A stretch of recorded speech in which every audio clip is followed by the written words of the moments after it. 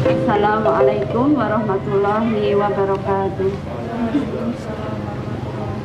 Ibu dan Bapak Guru SMP IT Ibnu Mas'ud yang saya hormati, mari kita sama-sama bersyukur kehadirat Allah yang telah memberikan kita nikmat sehat bisa berangkat pagi ini, nikmat kesempatan untuk bisa bersilaturahim dengan teman-teman sekalian. Salawat dan salam selalu kita haturkan kepada junjungan kita Nabi Agung Muhammad Sallallahu Alaihi Wasallam yang selalu kita nantikan syafaatnya di yaumul akhir kelak. Amin. Saya selalu grogi kalau di SMP itu. Saya merasa guru-guru muda yang berpotensi luar biasa di SMP IT ini. Saya merasakan manfaatnya di anak saya jadi banyak perubahan yang saya rasakan, perubahan yang sangat baik gitu. Ya, terima kasih kepada Bapak Guru, Bapak dan Ibu Guru SMP IT. Saya mohon izin untuk menyampaikan sedikit amanah dari yayasan untuk mengisi inspirasi pada pagi ini. Karena termasuk yang disepuhkan saya ini menang sepuh. Kalau ilmu saya yakin Bapak Ibu Guru lebih banyak ilmunya. Tema yang diberikan pada saya adalah manfaat husnudon. Jadi harapannya nanti Bapak Ibu Guru dan kita semua termasuk saya punya sifat husnudon di dalam segala kehidupan kita. Nah, husnudon sendiri dari kata husnu atau kebaikan, kemudian azon itu dugaan kuat atau prasangka ya. Jadi kalau husnudon berarti prasangka baik yang seharusnya dimiliki oleh setiap muslim untuk memandang segala sesuatu itu dari segi yang positif gitu ya. Jadi ketika kita menghadapi sesuatu, yang kita kedepankan adalah husnudon. Jadi menilai segala sesuatu itu dari segi yang positif gitu ya. Menilai segala sesuatu dari segi yang positif. Kemudian yang paling utama ketika husnudon itu dikaitkan dengan Allah, maka yang harus kita kedepankan adalah berhusnudon dengan Allah, bahwa Allah itu maha pengampun, maha penyayang, maha pengasih gitu ya, menerima tobat kita gitu ya ketika kita bertobat. Nah, itu yang harus selalu kita kedepankan. Kemudian ini termasuk tanda keimanan seorang muslim gitu. Ketika kita beriman pada Allah, maka kita juga berhusnudon dengan Allah gitu ya. Jadi apapun ketentuan dari Allah itu kita berpikiran positif gitu ya, mengambil sisi baiknya, walaupun kadang-kadang kenyataan yang kita hadapi mungkin terasa berat atau terasa menyusahkan gitu ya. Nah, ini merupakan bentuk tanda keimanan tadi ya. Kemudian disampaikan di hadis Muslim janganlah di antara kalian meninggal kecuali dalam keadaan berprasangka baik pada Allah. Nah, ini mengingatkan kepada kita jangan sampai kita nanti meninggal dalam keadaan berburuk sangka pada Allah Jadi misalnya kita mendapatkan sesuatu yang kurang mengenakan gitu ya, kemudian kok Allah kok begini, kok Allah kok memberi ujian seperti ini, kemudian kita meninggal berarti dalam keadaan tidak berprasangka baik pada Allah. Nah, ini perlu kita latih untuk bersama-sama membiasakan sikap berprasangka baik, termasuk keberadaan kita di sini itu termasuk juga takdir dari Allah. Jadi mengimani Allah berarti mengimani qada dan qadarnya Allah gitu ya. Keberadaan kita, kemudian takdir kita, mungkin takdir dengan keluarga, takdir di sekolah, takdir di masyarakat dan sebagainya segala sesuatu kita lihat dari sisi bahwa itu sudah ketetapannya Allah gitu ya. Kemudian ketika kita mempunyai husnudzon kepada Allah, maka itu akan melahirkan ketaatan gitu ya, ketaatan kepada Allah, atau meyakini segala ketentuan Allah dengan melakukan semua amal dan ketaatan yang harus kita lakukan sebagai seorang muslim gitu ya. Nah, disampaikan oleh Abul Abbas Al-Qurtubi, jadi ketika seseorang melakukan amal dengan sungguh-sungguh, bertobat dengan sungguh-sungguh, dan dia meyakini Allah akan mengampuni, maka dia akan mendapatkannya. Tetapi ketika kita melakukan amal dengan sungguh-sungguh kemudian bertobat tapi tidak meyakini Allah akan mengampuni, maka itu sia-sia gitu ya. Kemudian ketika kita terus-menerus melakukan amal buruk atau kemaksiatan, terus kita yakin Allah akan mengampuni, nah itu suatu kebodohan. Jadi tetap perbuatan hati itu harus sejalan dengan perbuatan lahiriah.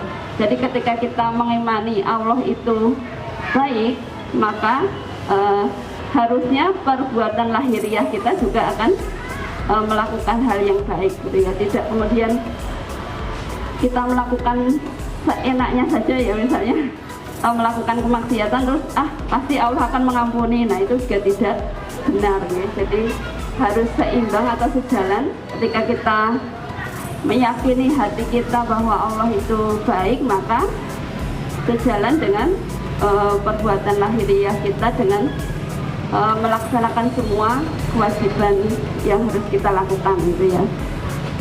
Kemudian di hadis yang lain, hadis Bukhari dari Abu Hurairah radhiyallahu anhu mengatakan,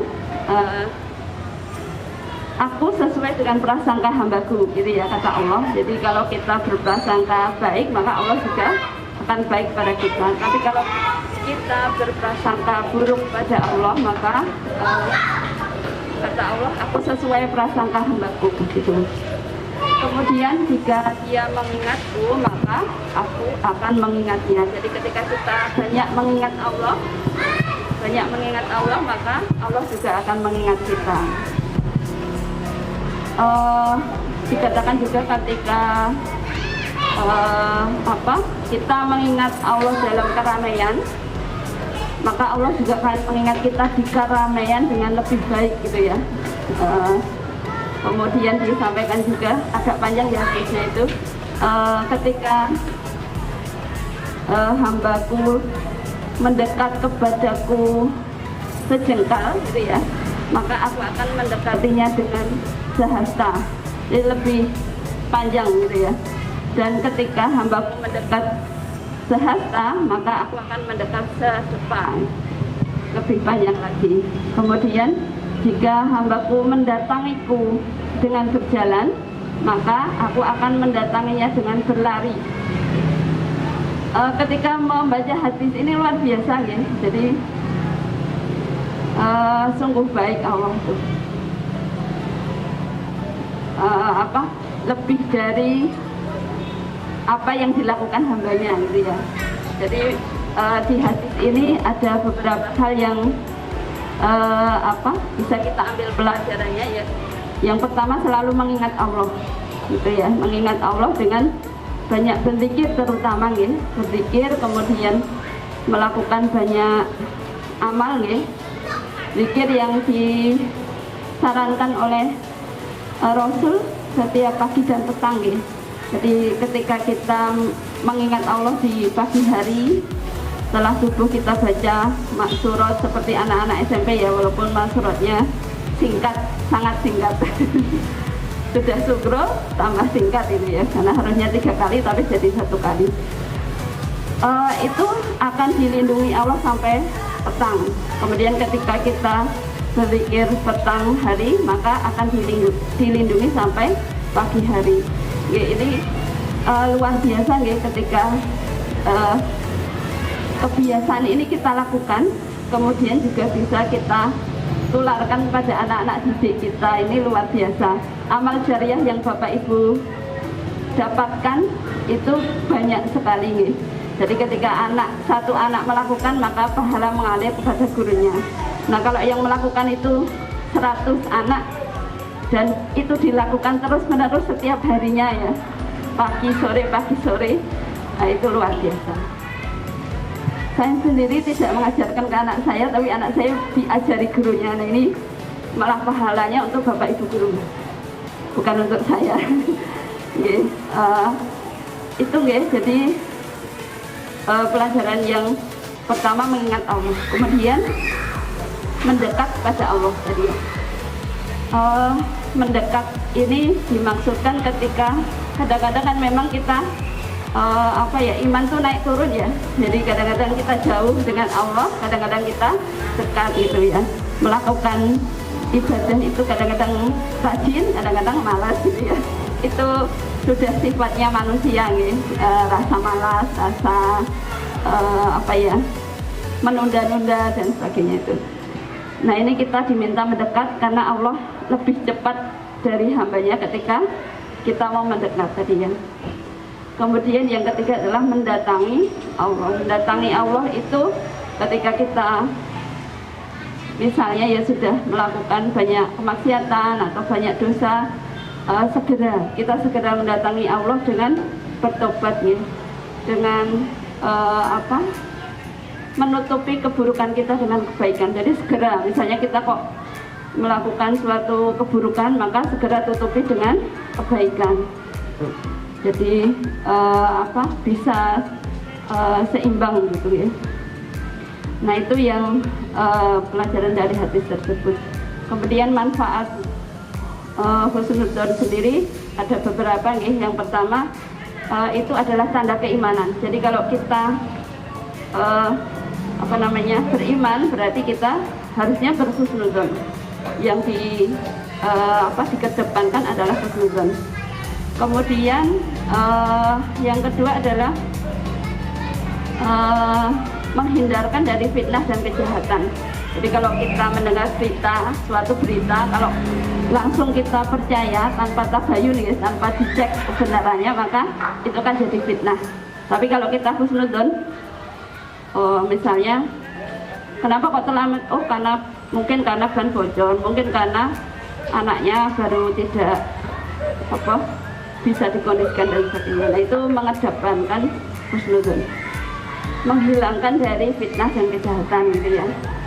Kemudian melahirkan hati yang tenang. Jadi apapun yang dihadapi maka kita akan jadi tenang. Contoh yang paling ringan itu ketika kita tergesa-gesa malah dapat lampu merah. Wes selak susu gitu ya. Lampu merah atau palang kereta itu ya. Kalau kita berhusnudzon kepada Allah, maka kita akan tetap tenang. Oh, Allah menyuruh kita berhenti dulu nih. Jangan-jangan di depan ada sesuatu yang nggak baik gitu ya. Atau hal-hal yang lain yang pasti Allah lebih tahu ya. Pasti Allah lebih tahu dan menjaga kita dari hal-hal yang kurang baik. Kemudian melahirkan juga mengurangi dari perbuatan tercela, menghindarkan kita dari perbuatan tercela. Jadi kalau kita sampai suudzon, itu kan jadi dosa ya, jadi perbuatan yang nggak baik. Misalnya kemudian temannya jadi tidak suka atau temannya jadi punya hambatan komunikasi mungkin ya. Wah, aku dianggap ini gitu ya. Nah, ini yang manfaat-manfaat husnudzon. Kalau dihubungkan dengan ketugasan kita sebagai pendidik, maka banyak sekali yang bisa kita lakukan. Salah satunya husnudzon dengan teman kerja, dengan anak-anak terutama. Jadi dulu pernah disampaikan oleh Ustadz Jamal itu ya, ketika kita menghadapi anak-anak yang butuh perhatian dalam tanda kutip mungkin rodok meling atau susah diatur dan sebagainya maka mari kita sama-sama berhusnudzon bahwa dia baru berproses untuk menjadi lebih baik, kemudian kita menjadi salah satu faktor yang mendukung prosesnya, gitu ya. Jadi jangan sampai nanti kita malah jadi pendukung prosesnya dia menuju ke hal-hal yang nggak baik. Kalau kata orang itu 1000 nasihat, ternyata yang dipakai hanya 1, gitu ya. Berarti kita harus terus-menerus menasihati tanpa bosan, ya, terutama pada anak-anak itu. Jadi jangan bosan-bosan untuk menasihati, mengingatkan, karena tidak tahu mana nasihat kita yang akan didengar, yang akan dilakukan, gitu. Dan ketika kita berhusnudzon, maka harusnya kita tidak banyak mengeluh. Ini yang sifat manusia juga, guys. Jadi kok untuk tugas kita kok dapat aturan jadwal masuknya pagi toh, gitu ya, atau kok pulangnya sore. Nah, ini kita kedepankan dulu le husnudzon, ya. Oh, kenapa kok sekarang jamnya pagi? Karena mungkin membuat saya jadi bangun lebih pagi, atau kita jadi lebih bisa manajemen waktu kita, gitu ya. Kenapa harus pulang sore dan sebagainya. Ini kita berhusnudzon, misalnya waktu kita disibukkan dengan kebaikan, daripada kita cuma di rumah layeh-layeh nggak dapat amal baik, gitu misalnya. Nah, ini kita perlu terus berhusnudzon, ya, terutama pada anak-anak didik kita, gitu. Jadi teruslah berhusnudzon. Siapa tahu nanti anak-anak kita ini lahir menjadi anak-anak yang luar biasa, dan kita menjadi salah satu penentunya, gitu ya, atau pendukungnya, gitu. Itu kalau cerita sahabat yang dijamin masuk surga yang pernah diceritakan oleh Rasulullah, ya, ketika ada majelis kemudian nanti akan datang orang yang dia akan masuk surga, gitu ya. Kemudian ada yang penasaran terus nginep di rumahnya itu, ya, dan ternyata dia tidak terlalu melakukan amal ibadah yang istimewa, tapi yang istimewa adalah ketika dia selalu berprasangka baik pada orang lain, tidak pernah punya pikiran buruk dengan orang lain. Nah, itu. Nah, kalau kita bisa mempraktekkan ini luar biasa, nih. Seperti sahabat itu yang dijamin masuk surga. Saya kira itu, mohon maaf saya masih banyak kekurangan. Ini juga menasihati diri saya sendiri sebenarnya, Kalau ada manfaatnya itu dari Allah. Mohon maaf kalau ada kesalahan. Saya tutup. Assalamualaikum warahmatullahi wabarakatuh.